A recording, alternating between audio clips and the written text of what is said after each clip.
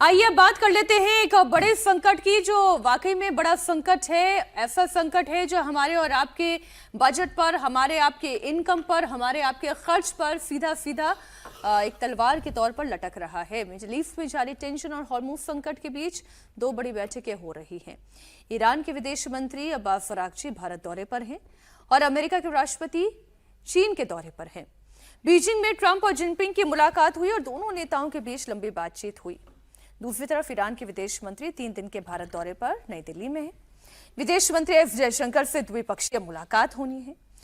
इस वक्त ब्रिक्स देशों के विदेश मंत्रियों की बैठक हो रही है, जिसमें रूस, चीन के विदेश मंत्री भी हिस्सा ले रहे हैं। ईरान भी ब्रिक्स का मेंबर है। ऐसे में ईरान के विदेश मंत्री अब्बास अरागची भी इस मीटिंग में शामिल हैं। मिडिल ईस्ट की जंग के बाद ईरानी विदेश मंत्री का यह पहला दौरा है और युद्ध संकट के बीच पहली बार यूएई और ईरान के लीडर एक साथ एक मंच पर दिखाई दे रहे हैं। तो अब बड़ी बात यह है कि एक जो चर्चा आगे जी लंबे समय से चल रही थी कि भाई पाकिस्तान मध्यस्थ की भूमिका में है, पाकिस्तान जो है वो ये युद्ध खत्म करवा सकता है, पर असलियत यह है कि जो अभी चीन के राष्ट्रपति और अमेरिका के राष्ट्रपति के बीच की मुलाकात हो रही है और इधर ब्रिक्स समिट के लिए इतने बड़े नेताओं का जो जमावड़ा भारतीय सरजमीं पर हो रहा है, धुरी यहां से निकलेगी, समाधान यहां से निकलेगा।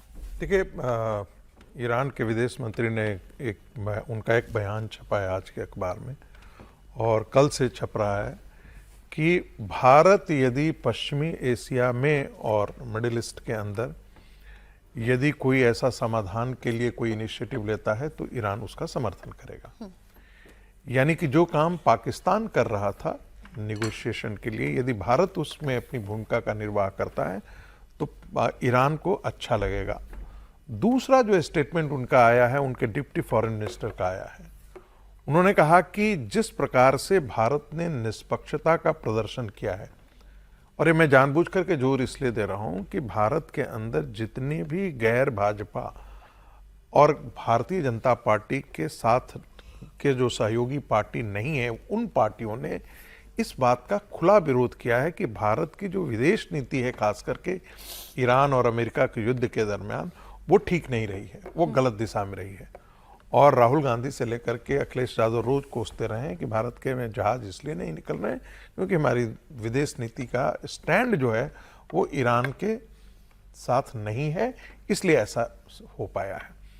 तो उनके deputy chief minister foreign secretary का जो स्टेटमेंट जो अखबारों में आज छपा है वो था कि भारत की जो निष्पक्ष अप्रोच रहा है इस पूरे युद्ध के दरमियान में, वो बहुत काबिले तारीफ रहा है और हम भारत को मित्र के तौर पर देखते हैं। अब उसका असर जो है वो हॉर्मुज से जहाज निकलने में तो ऐसा नहीं दिखाई दिया है, हालांकि 2 जहाज निकला है, पैसे देकर के निकला है या नहीं देकर के निकला है, भारत सरकार कहती है पैसे दे, हमने एक पैसे भी नहीं लिया, लेकिन 2 जहाज जो है वो इधर निकल करके आए हैं, हॉर्मुज क्रॉस करके भारत में नजर आए। ब्रिक्स समिट में ईरान के विदेश मंत्री को आशा है कि ब्रिक्स कहीं ना कहीं इस पर एक रेजोल्यूशन पास करेगा और उस रेजोल्यूशन में कहीं ना कहीं, जिसके हमें दूर तक संभावना नहीं दिख सकती है, जिसमें अमेरिका और इजराइल को क्रिटिसाइज करते हुए कोई रेजोल्यूशन पास करे कि आपने मिडिल ईस्ट में ईरान पर जंग आपने थोपा है। हालांकि रशिया के विदेश मंत्री हैं, चीन के विदेश मंत्री हैं, उनकी भी ये इच्छा होगी कि इस प्रकार का रेजोल्यूशन आए, लेकिन मुझे नहीं लगता है कि चूंकि भारत इसकी अध्यक्षता कर रहा है तो इस प्रकार का कोई रेजोल्यूशन निकल करके आएगा। जहां तक बीजिंग और वहां पर है संबंध, तो वहां पर जिनपिंग ताइवान को लेकर के ज्यादा चिंतित है, उस पर ज्यादा बातचीत किया है उन्होंने, हॉर्मुज पर कम बातचीत हुई है। ये जिनपिंग की ही हम बात कर लेते हैं विजय जी। शी जिनपिंग की मुलाकात और डोनाल्ड ट्रंप की मुलाकात, समाधान तो यहाँ से भी निकलने का प्रयास हो रहा है। 2 घंटे से ज़्यादा तक जो हमारे पास जानकारी है वो बातचीत हुई है और ट्रंप का बीजिंग में भव्य स्वागत भी किया गया है। उसकी तस्वीरें भी हम दर्शकों को दिखा रहे हैं।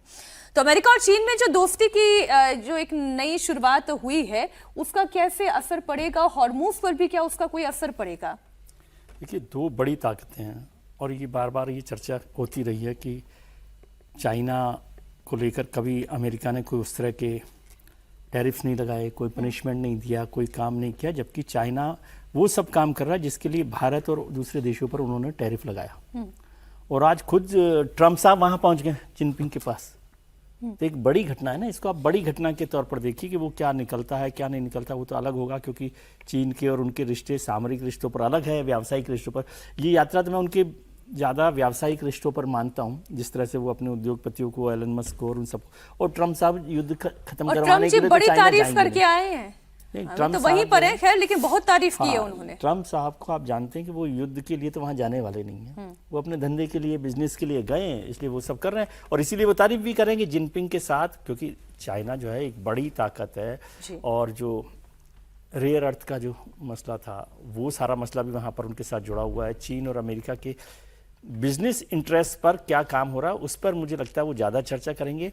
हॉर्मुज को लेकर उनकी चर्चा वहां पर बहुत एक टेक सर, ताइवान बड़ा मुद्दा होगा, ताइवान पे भी चीन बात करेगा। मैं सबसे बड़ा वही मुद्दा वही ताइवान होगा। मुद्दा लेकर आने वाली थी अमिताभ जी की ताइवान को लेकर। इधर तो डोनाल्ड ट्रम्प तारीफों के पुलिंदे जो हैं वो बांध रहे हैं और ताइवान को लेकर शी जिनपिंग डोनाल्ड ट्रम्प को चेता रहे हैं। देखिए, ये ट्रिप जब भी डिसाइड हुआ था वो ईरान युद्ध के पहले का था, तो उनके आउटस्टैंडिंग जितने डिस्प्यूट्स हैं वो तो हैं ही, लेकिन तीन टी पर वो कहते हैं हमारा जोर है, अमेरिका, टैरिफ, टेक्नोलॉजी और ताइवान।